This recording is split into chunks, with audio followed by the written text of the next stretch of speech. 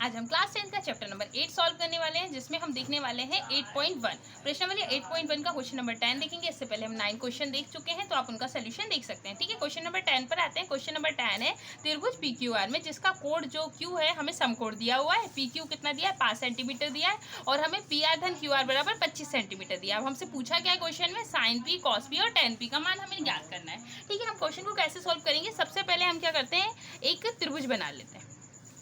ठीक है, हमने एक त्रिभुज बना लिया, जो त्रिभुज क्या है हमारा PQR, जिसमें Q हमें समकोण दिया, तो ये जो समकोण है वो हमारा क्या हो गया, Q हो गया। यहाँ P आ गया और यहाँ R आ गया। अब हमें क्वेश्चन में PQ दिया है, PQ कितना दिया है, 5 सेंटीमीटर। ठीक है, मतलब ये PQ है, ये कितना दिया है हमें, 5 सेंटीमीटर। और हमें क्वेश्चन में क्या दिया है, हमें क्वेश्चन में दिया है PR धन QR बराबर कितना होता है, 25। ठीक है, अब हम क्या कर सकते हैं, इससे हम एक मान निकाल लेते हैं, हम PR का मान निकाल लेते हैं। ठीक है, PR बराबर 25 और ये QR प्लस का है तो इस साइड आएगा तो माइनस का हो जाएगा, है ना। QR क्या हो जाएगा, प्लस का है तो इस साइड आएगा माइनस का होगा। अब हम क्या करते हैं, पाइथागोरस प्रमेय लगा लेते हैं यहाँ पर, जिससे हमें सारे मान निकल जाएंगे। ठीक है, पाइथागोरस प्रमेय लगा लेते हैं। अब पाइथागोरस प्रमेय होती क्या है, कर्ण का जो वर्ग है वो किसके बराबर होता है, लंब का वर्ग धन आधार के वर्ग के योग के बराबर। ये बहुत छोटी क्लास से पढ़ते आ रहे हैं। ठीक है, अब कर्ण जो है यहाँ पर क्या हो जाएगा, PR हमारा कर्ण हो जाएगा। ठीक है, और लंब क्या हो जाएगा, लंब हो जाएगा PQ का वर्ग हमारा लंब हो जाएगा, और आधार क्या हो जाएगा, QR का वर्ग जो है वो हमारा आधार हो जाएगा। ठीक है, अब PR कितना है, देखो इसकी जगह PR बराबर हमने क्या माना, 25 ऋण QR, तो इस PR के वर्ग की जगह हम 25 ऋण QR का वर्ग लिख सकते हैं। बोलो हाँ। ठीक है, आगे देखेंगे PQ का स्क्वायर है, PQ कितना दिया है, 5 का स्क्वायर हो जाएगा, और QR हमें नहीं पता तो हम QR का स्क्वायर वैसे का वैसा लिख देंगे। इतना आपको समझ में आया होगा। अब आगे आपको देखो 25 ऋण QR का स्क्वायर है। अब इसको कैसे खोलेंगे, इसको खोलने के लिए हमें क्या करना पड़ेगा, फॉर्मूला लगाना पड़ेगा। आप पहले छोटी क्लास में पढ़ चुके हो कि A माइनस B का जब भी होल क्यूब होता है तो हम क्या करते हैं, एक बार A का स्क्वायर करते हैं माइनस 2AB प्लस B का स्क्वायर होता है ना।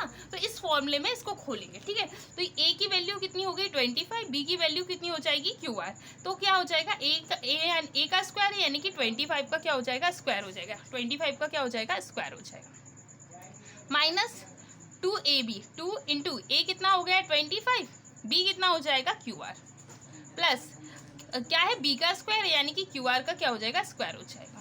ये आपको समझ में आया होगा। हमने इसको किससे खोल दिया, A माइनस B का होल स्क्वायर बराबर होता है A का square minus 2AB plus B का स्क्वायर। इस टाइप में हमने इसको पूरे को खोल लिया। ठीक है, अब 5 का स्क्वायर 25 होता है, प्लस QR का स्क्वायर है, तो ये QR का स्क्वायर ही रहेगा।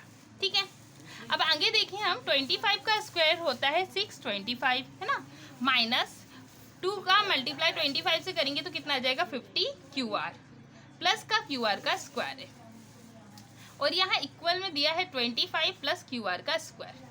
यहाँ तक आपको समझ में आया होगा। अब देखो एक ध्यान से अगर हम देखें, QR का स्क्वायर यहाँ पर भी है, QR का स्क्वायर भी यहाँ पर भी है, तो हम क्या कर सकते हैं, हम नेक्स्ट पेज पे देखते हैं। एक बार इसको पूरा इक्वेशन को हम यहाँ लिख लेते हैं। हमारे पास क्या है, 625 है, ठीक है, माइनस का क्या है, माइनस का 50 QR था, है ना, प्लस का QR का स्क्वायर था, और इक्वल में क्या था 25 प्लस का QR का स्क्वायर था।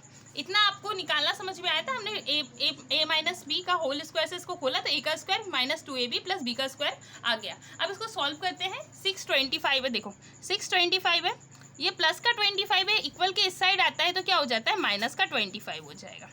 ठीक है, अब A प्लस का QR का स्क्वायर है, ये प्लस का QR स्क्वायर है, इक्वल के इस साइड आएगा तो ये माइनस का हो जाएगा, इक्वल।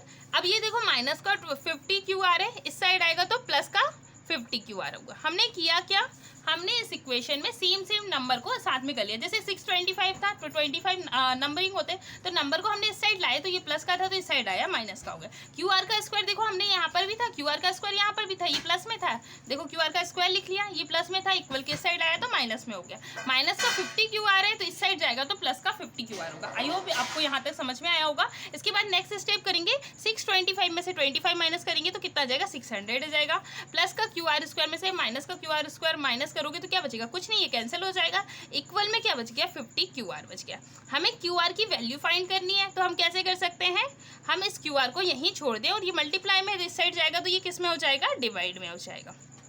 ठीक है, इक्वल आ जाएगा QR, तो इसको 0 से 0 कैंसिल हो जाएगी, 5 1 5, बचा कितना 1, जीरो उतारोगे तो 10 हो जाएगा, 5 2 ज़ा 10 हो जाएगा, मतलब 12 5 ज़ा 60 ऐसे भी काट सकते हो। तो क्यू आर की वैल्यू कितनी आ गई, 12 आ गई।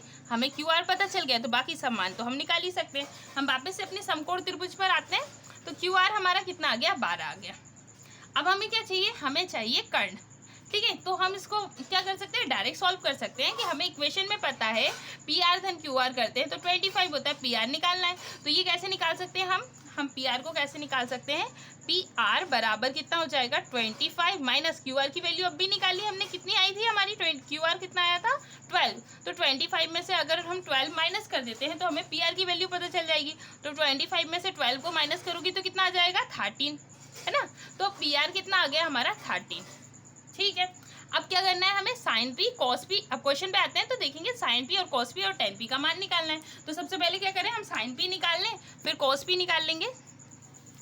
साइन पी, ठीक है, अब अपन वापस से ध्यान से देखते हैं, साइन निकालना है और फिर उसके बाद 1 मिनट पहले आप लिख लो कि साइन होता है क्या, हम पहले पढ़ चुके हैं। साइन होता है सम्मुख भुजा, बटे में क्या आता है कर्ण।